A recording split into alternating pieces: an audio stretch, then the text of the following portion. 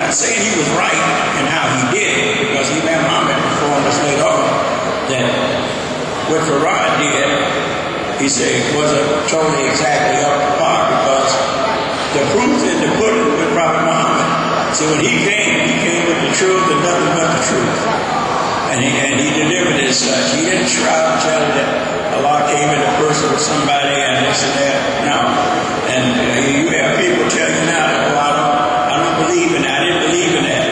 They lie. They believe just like I did. Whole book line and say, the Master Allah took it from the slave ship to the mothership. And everybody wanted to get on it, brother. So, this is part of our history. But the history that needs to be wrote and put in perspective. If you read the new book that's out back there, on the third page of it, Imam Muhammad is telling us about our history. He said how you should write. This history should be written by every one of us. Everybody in here has something that you need to put down for your family's history.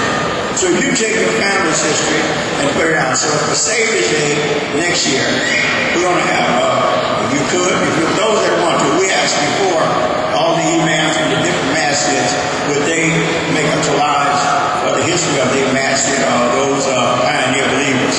Some of them did, some didn't.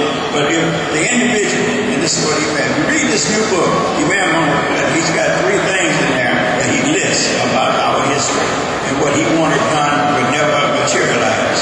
But right now, we can take and do this.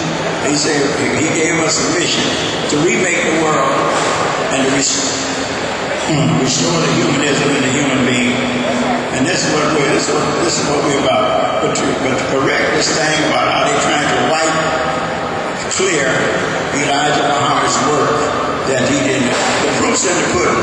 Because many of you in here, as seniors and pioneers, you heard the teaching, and you never went back to that style of life. You accepted it, just the word. So if the proof's in the pudding, you got not just 1 year or 1 hour or 1 day. You went for 50, 60, 70 years. Some still here. Some died never going back to that life. So Allah you see the power and the will of Allah. He said, be and it is. So here we are today, and when Imam Muhammad passed, we had to be running around with the head all hanging down. He talked, I love Imam Muhammad, I love Imam Muhammad so much, and all this. This is the monkey jive. If you love a person, I hate to see you hate. Because one brother, I ain't gonna call his name, but anyway, he made a statement. He couldn't give anything to a mosque here because there was no transparency. Man, you know what? Ain't no way in the hell you would told Imam Muhammad something about some transparency. You would find yourself, man, we ain't even going to have that. And the brother said, brother, we're going over here to see what Wallace is doing. Wallace wanted to be the head imam. Wallace ain't never told nobody he wanted to be no imam. And if he was, what the hell the difference? You go out and get rubbing jump on his head, he remember everything. He said, send your money to the Lord, you do his address. No. See, Sister Clara, she, in turn, she worked hard. But I'm telling you, she would come and she raised a family while he was in prison. And she kept this nation, they call it the nation, but she kept the community together. Because at that time, the trip from Chicago to Detroit was 11 hours. There wasn't no freeway, it's too late. And you rode in a car with a rumble seat in it. All right? But Allah blessed us. And He let them come through all this. And if you love somebody, when they arrested them and they went down to the police headquarters, there was a fight ensued after that. Okay? So my father said that when they went there, he said they like Farad had already disarmed them. You couldn't have it. You couldn't even carry a penknife. So he said they were standing there. At that time, they had Thompsons with the round barrel and a machine gun. He said they were looking at you. You could see the hatred in their eyes. He said they just give us a reason to kill you. He said, but they didn't. He said, no. He said, Allah took it over. They did fight now. Some sister took it. No, the guy was saved today, we don't have it. We don't have it. That had the pictures and everything else. Not our time. This was documented by them. Okay? And so that's why we want you to come and see. Mosque and Imam Mohammed, he asked us to do this, and for several years, over and over, but they never really got around to it. Like everything else, broken promises. But one promise we're going to keep, brother. We're going to do this. All y'all agree we're going to do this?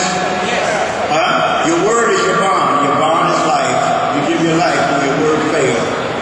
Huh? So don't go, in the prayer you say, surely I turn myself, trying to give life to him who originated the heavens and the earth. The man said that was wrong. He said it wasn't trying to be upright. He said it's being upright. One word changes the whole thing.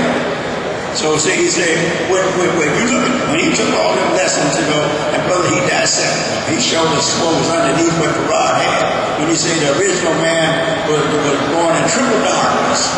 Imam said, okay, that's something to be proud of, right? He said, well, in scriptural language, darkness represents ignorance. That means you don't know. He said, so when you don't know, you don't know. He said, that was the first one, the first word. He said, the second one is you don't know that you don't know. So that's three of them. That's triple darkness. Yeah. He said, so don't think it's no big thing that we had this. No. See, Imam came and he pulled the coat off of everything and everybody. But he said, trouble didn't start till knowledge came. You got it right now, brother. I'm telling you, I see it all the time. I look at him and the brothers are both, come on, I want to show you something. He said, we got a brother that broke the seal of the prophet. And I looked at this joker, man. I said, I know she been smoking on. You on dope with dog food, one or two, but there's something wrong with this. But see, the thing is, they will look for anything or anybody that will fall in with them so they can side with, oh man, again, well, he agreed with me. Not gonna go. If you want to go back, no problem. I just can't let you take me with you. That's all. And I ain't mad at you. Because at one time, I believed the same way too. I believed that. And Brother Bill Elijah Muhammad told my father, he said that no greater love has man ever give his life for his brother. Because they had to stand up and stay up and protect him at night. They wanted to kill him. And it wasn't outsiders, it was insiders. People inside the man sits inside his family. They wanted to hurt him. Same thing with Imam Muhammad. But he said, Allah protect. He said, Allah intervened 3 times in our history. This is our history. This ain't just something that, because look at what he produced. Sister Claire produced the wisest man.